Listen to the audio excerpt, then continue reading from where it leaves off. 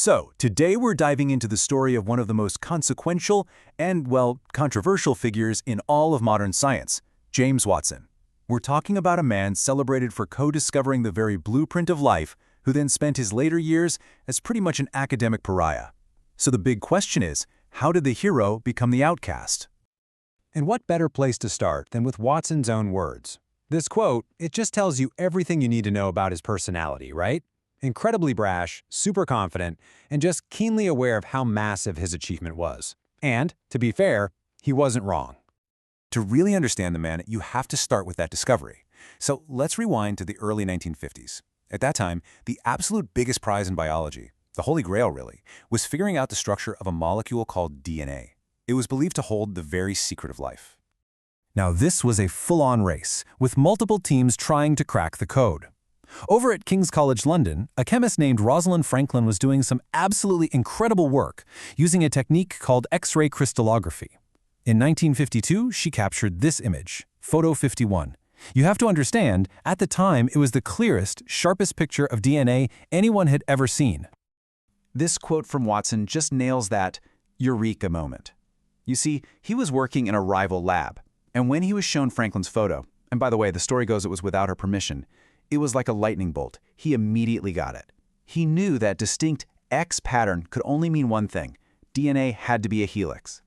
So, armed with that critical insight from Franklin's photo, Watson and his partner Francis Crick worked like crazy and rapidly built their now famous model.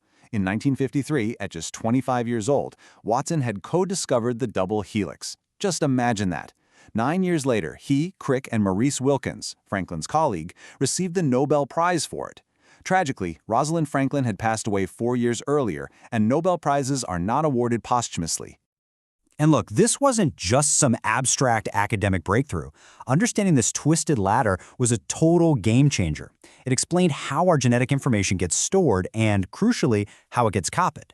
This one discovery laid the foundation for pretty much everything: modern medicine, genealogy, even forensic science.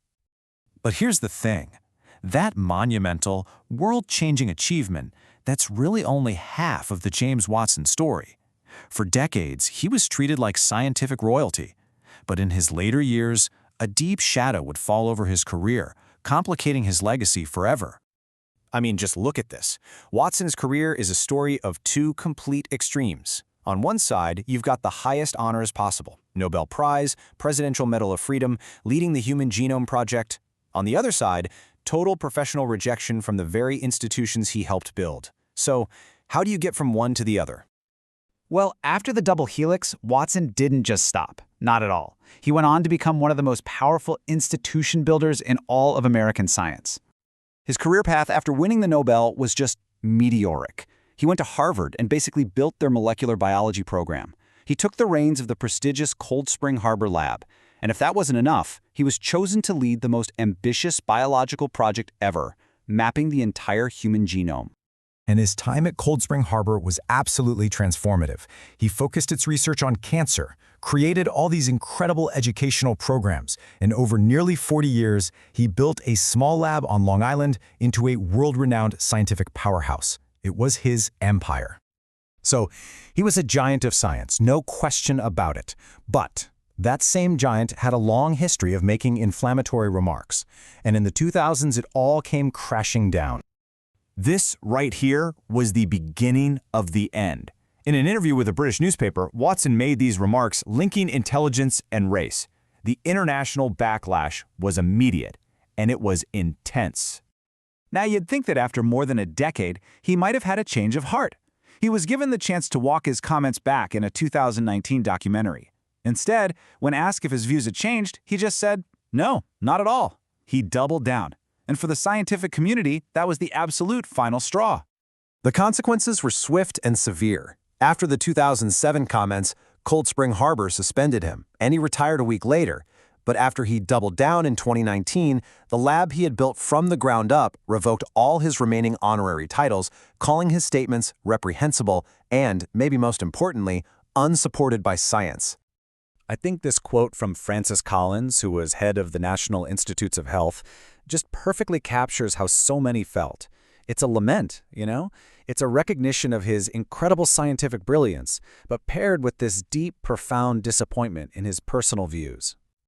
So where does that leave us? We're left with these two narratives that just don't seem to fit together. The scientific pioneer on one side and the disgraced public figure on the other. How do we make sense of it all? Well, the tough part is, both things are true. He was a flawed genius whose work changed the world for the better, and at the same time, he was a man whose words caused immense pain and stained his own legacy. These two realities just have to exist side by side. So we're left with a really difficult question, and there's no easy answer here. The story of James Watson forces us to confront the messy complexities of human nature and how we choose to remember our heroes, especially when they fall.